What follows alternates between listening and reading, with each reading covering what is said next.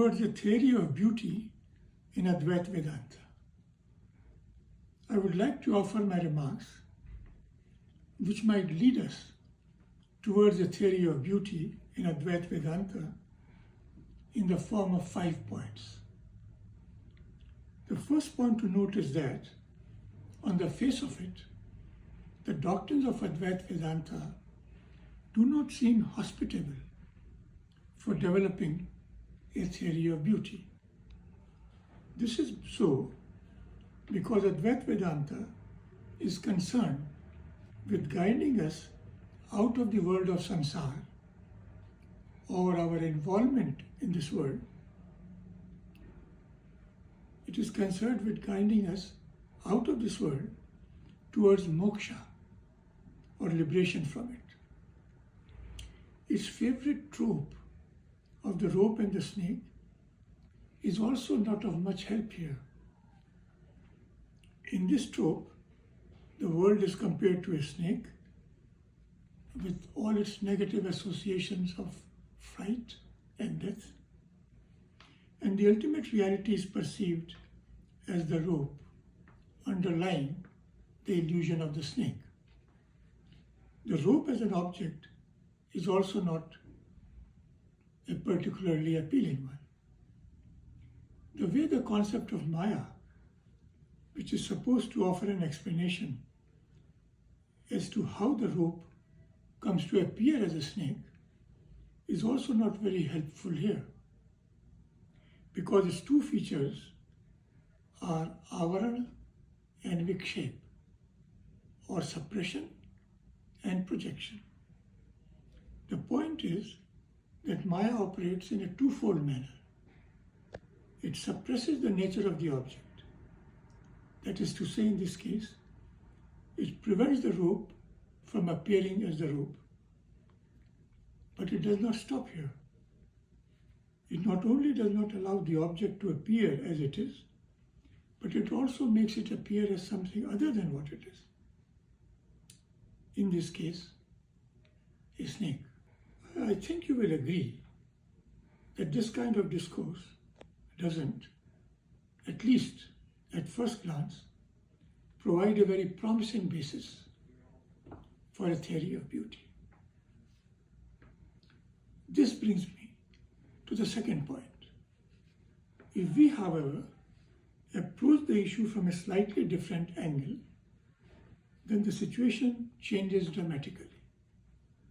The second approach would argue that the snake cannot exist without the rope. This is fairly obvious.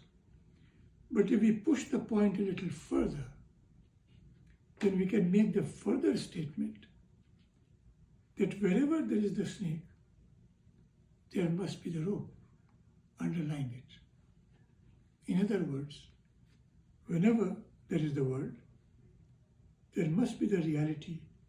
Also, there must be the ultimate reality, also present within it. Maya does not operate in a vacuum. It makes something appear as something else. The rope pervades the snake through and through, in howsoever distorted a manner. In other words, it is not impossible that the aspect of Brahman, described as Satchidanand, may be perceived within Maya as Satyam, Shivam, Sundaram. Thus, there can be beauty in misery, howsoever obscure.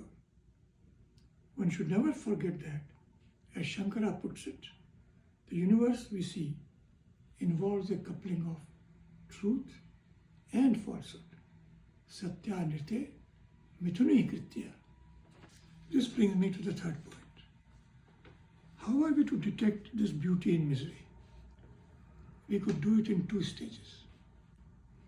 The first stage would consist of us realizing that as the world is a product of Maya, it will contain elements of both beauty and ugliness, because Maya is characterized by duality.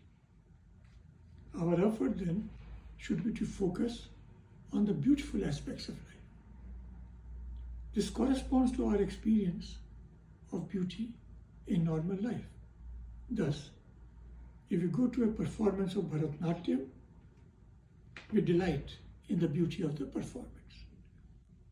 Or if we attend a mushaira or a poetic symposium, we enjoy the beauty of poetry. As the Rigvedic seer says, Devasya Pashya Kavyam. Behold the poetry of God. In the second stage, we may learn to see beauty not in some part of what we are seeing, but in the whole of what we are seeing. As, for instance, is the case when we enjoy a tragic play, such as Hamlet. An example might help us here. Let us suppose an ugly king marries a beautiful woman. If we focus on the beauty of the woman, we are in the first stage. But let us suppose that the whole account is a moral fable which ends us uplifting us. Then it becomes clear that the account could not be uplifting without involving the ugly king. This is not a trivial point. Can we have the passion of Jesus without Judas? So we realize that even the ugly element is a part of overall beauty. This enables us to see the paradoxical relationship between beauty and ugliness, joy and sorrow.